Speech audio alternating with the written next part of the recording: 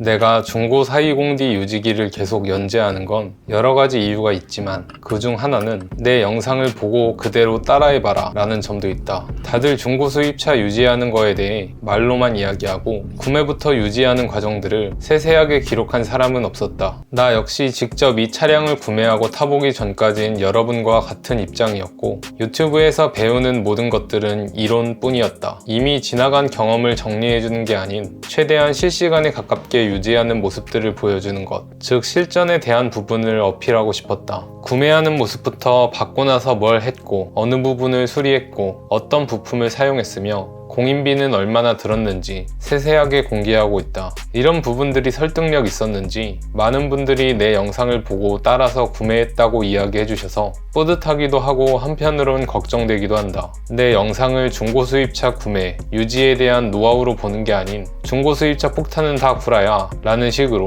용기 버프 용으로만 받아들이는 분들도 있을 것 같아서다. 수입차든 국산차든 잘못 구매하면 고장나는 건 당연하고 수리비는 수입차가 훨씬 더 비싼 건 사실이다. 신차도 고장나는데 중고차는 고장나는 게 디폴트고 고장 안 나면 다행이라고 생각해야 한다. 내 차는 다행히 구매한 지 1년이 넘도록 특별한 이상 없이 잘 유지하고 있다. 가져와서 유지하는 것도 중요하지만 속썩임 없을 매물로 잘 골라오는 게 더 중요하다. 완벽한 매물을 고르라는 게 아니다. 데려온 후 직접 수리를 하든 성능보증보험 처리를 받든 K카 보증에 가입하든 문제가 생겼을 때 대처 방안이 그려지는 매물을 가져오라는 거다. 그래서 여러분이 좋은 매물을 고를 수 있도록 내가 중고 사이공디를 구매하면서 고려했던 점들을 공유하려 한다. 첫 번째, 16년식 이상만 봤다. 15년식 10월 이후 B47 엔진이 탑재됐다. 기존 N47 엔진에 비해 엔진 소음과 진동, 연비 등에서 개선이 됐다. BMW에서 가장 튼튼하고 안 고장나는 엔진 중 하나로 꼽힌다.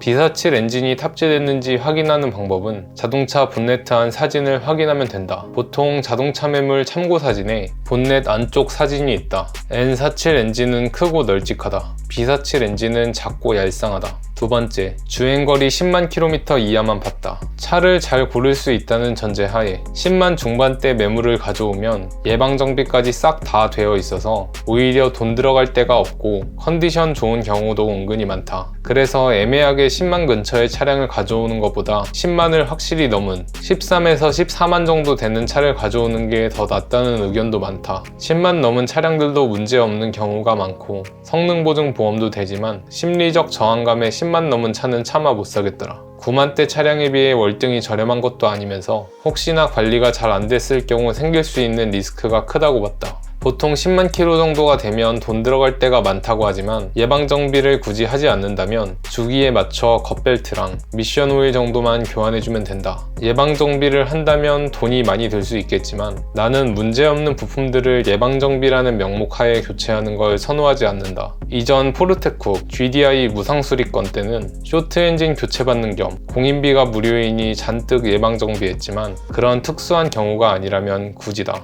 주기적으로 차량 점검해주고 증상이나 문제를 발견하면 그때 해줘도 늦지 않다. 보통 차가 크게 고장나는 경우는 증상이나 문제가 있음에도 발견하지 못했거나 외면했을 때 생긴다. 불안한 분들은 해도 되는데 어쨌든 나는 굳이 하지 않는다. 세 번째, 외판 교환 포함 무사고 차량만 봤다. 너무 당연한 이야기라 자세한 이야기는 생략하겠다. 참고로 사고차라고 무조건 안 좋은 건 아니다. 휠하우스나 인사이드 패널 같이 치명적인 부위가 아니면 타는 데는 큰 문제가 없다. 하지만 내가 구매한 차량은 외판 교환도 없는 완전 무사고 차량이었다. 보험 처리 이력은 좀 있었으나 성능 기록부상 외판 교환은 없었기 때문에 차량 성능에는 전혀 지장이 없을 가능성이 높다. 네 번째, 소유자 변경 이력을 봤다. 옆 동네 뼈다구 선생님 덕분에 1인 소유 차량에 대한 인기가 예전보다 크게 올랐다. 연식에 비해 소유자 변경 이력이 너무 많은 차는 차주가 관리를 안 했을 가능성이 높다는 것이 이유다.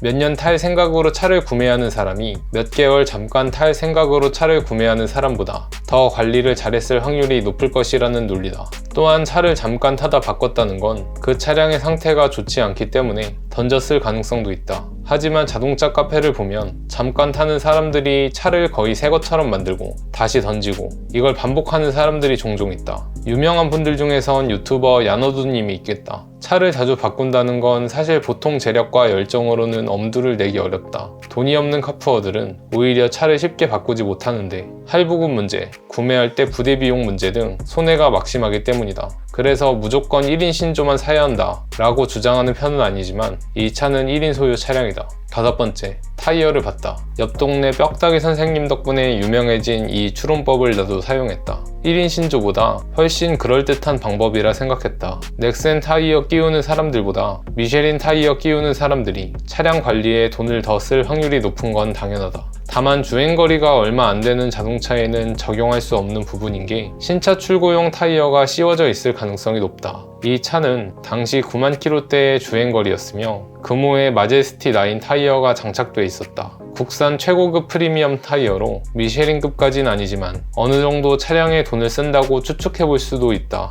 근데 TA 9하나가 아닌 TA 3하나 정도가 끼워져 있었어도 나는 크게 개의치 않았을 것이다. TA 3하나는 인터넷에서 유명한 가성비 타이어로 가성비 부품을 사용했다는 건 적어도 차량에 관심이 있다는 걸 뜻하기 때문이다. 진짜 듣도 보도 못한 이상한 타이어가 끼워져 있는 거 아니라면 크게 신경 쓰지 않고 고급 타이어일수록 플러스 된다 정도의 관점만 갖고 있다. 여기에 나만의 관점을 하나 더 붙이자면 타이어 트레드를 봐야 한다. 첫째로 타이어는 주기적으로 교체하는 소모품들 중 가장 큰 비용을 지출하는 품목이다. 그래서 트레드 얼마 안 남은 거 사오면 금세 목돈이 나갈 수도 있다. 트레드가 넉넉한 차량을 구매해야 하고 만약 얼마 안 남았다면 꼭 내고를 요청해보자. 둘째로 편마모 등을 확인해 하체 상태를 체크할 수 있다. 타이어 편마모를 발견한다면 이렇게 딜러에게 말해보자. 타이어에 편마모가 있는 걸 보니 얼라이먼트를 봐야 할 것 같은데 얼라이 비용 좀 빼주실 수 있을까요? 셋째로 타이어 트레드가 많이 남아있으면 차량을 갑자기 충동적으로 바꿨을 가능성이 높다. 어차피 조만간 차를 팔 거라면 굳이 타이어를 교체하지 않았을 테니까. 이 경우 최근까지 정비가 잘 되어 있을 가능성이 역시 높다. 왜냐면 차량을 팔 생각 없이 관리를 했을 테니까. 내 경험담이다. 내가 그렇게 아이오닉을 팔았다.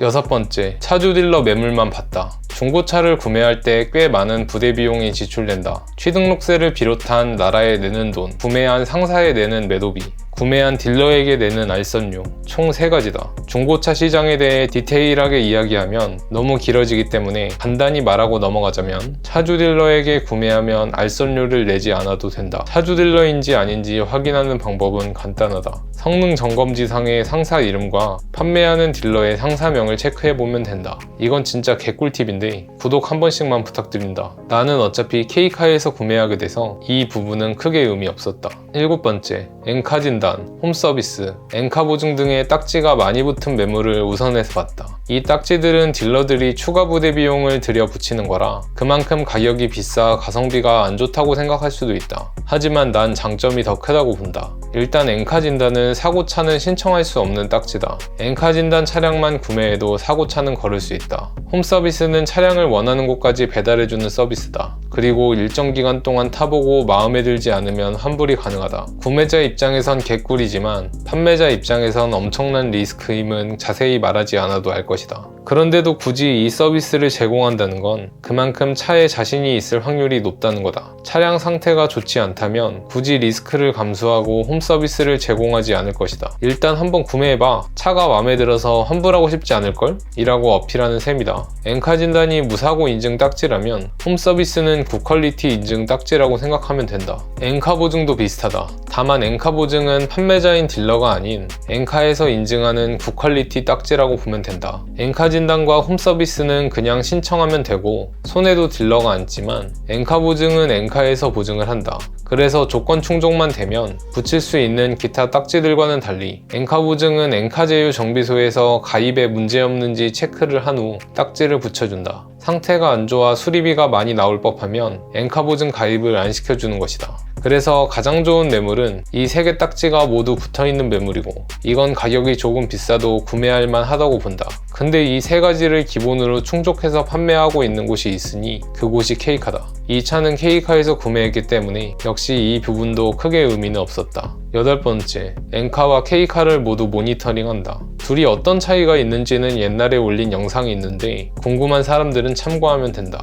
다만 옛날 이야기인지라 지금과는 조금 달라진 부분들이 있음을 인지 바란다. 간혹 엔카와 K카를 비교하는 분들도 있는데 기본적으로 둘 다 보는 게 낫다. 엔카와 K카는 자동차 제조사가 아니다. 그냥 일반인 등 기존 소비자가 타던 차량을 매입해와서 되파는 플랫폼일 뿐이다. 좋은 차를 일반 딜러가 매입해가면 N카에 올라오는 거고 K카에서 매입해가면 K카에 올라오는 거다. 즉 어느 사이트에서 파느냐보단 차 자체의 상태가 중요하다. 조건만 맞으면 N카든 K카든 바로 가서 집어오는 거다. 특히 K카에는 위클리 특가라고 해서 매주 화요일 잘 안 팔리는 차량들을 할인해서 판매한다. 잘 안 팔리면 안 좋은 차량들만 남는 거 아니에요? 라고 할 수 있는데 인기 차량의 경우 사고차라든지 비인기 색상이라든지 등등이 많긴 하다. 근데 비인기 차량의 경우는 애초에 잘 안 팔리기 때문에 멀쩡한 차라도 위클리 특가로 넘어가는 경우가 많다. 내 차량은 비인기 차량의 비인기 색상이라 꽤나 좋은 상태임에도 위클리 특가로 넘어왔다. 특히 69만원짜리 K카 워런티 3개월짜리가 무료로 껴있었다. 이건 N카 보증 딱지 이상의 상태 좋음을 보증하는 K카만의 최상급 인증 딱지인 셈이다. 발견 즉시 풀매수 때렸다. 그 뒤로 차량 관련 문의하려고 K카 쪽에 전화하니까 내 말이 끝나기도 전에 아, 그 차량 팔렸어요 라고 하시더라. 내가